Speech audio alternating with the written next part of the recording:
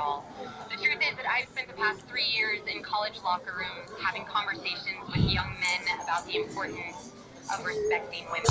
This is why we need our own safe spaces. I mean, even our own locker rooms where men change and shower naked. The girls think they have access wherever they want to. In colleges, there are plenty of all-girl stuff. Lots of places, all-girl places. Yet it's offensive discrimination to say no girls allowed anywhere. This is why we need our own safe places where boys can be boys, no girls allowed. We just use our own actual sex object, dolls, mannequins, or maybe you don't have or try practice abstinence, or maybe you have a choice. There's certain possibility, but we'll probably just do dolls, other guy stuff, video games, sporting goods, pool, anything we want.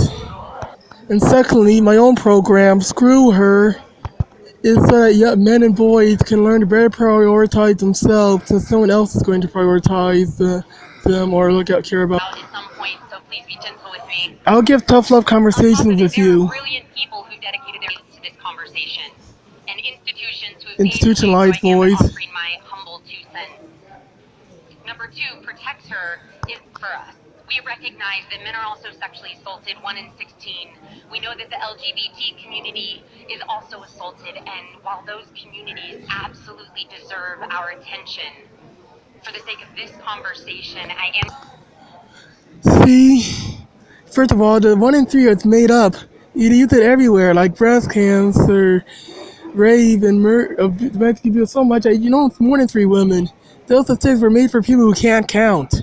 And how come in later videos you said men are always men are the problems, men are the solution? So nothing about girls or anything, teaching girls not to grab crotches or anything. Which I'm starting. Think we just start a new movement. Screw her. Teaching men to stop acting upon love. Come off of love. F love. Think about it third person because love is so blind. It is so. And so many other mensages affect men a lot worse than women.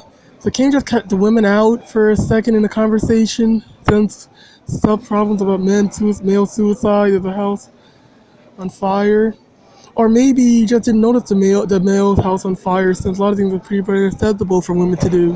Before I ever started in law, coach called me and he said he was worried because he had a daughter, and the way in which these young men were talking about women that was so disrespectful.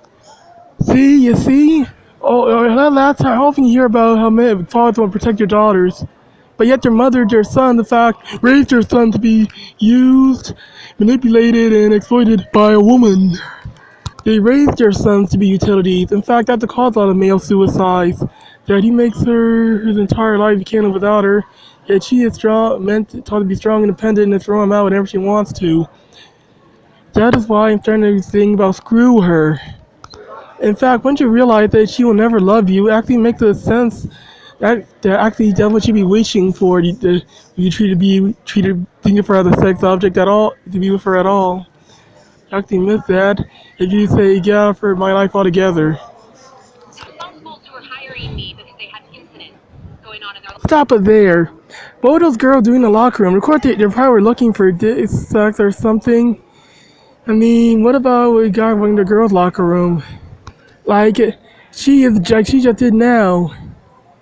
In fact, when I called her out on it, she reached under my crotch, and when I... Through my talk, we're sitting in a circle in the locker room, you can imagine, the only girl... surrounded by those naked guys after you just suddenly walked... The guy raised his hand, and he said...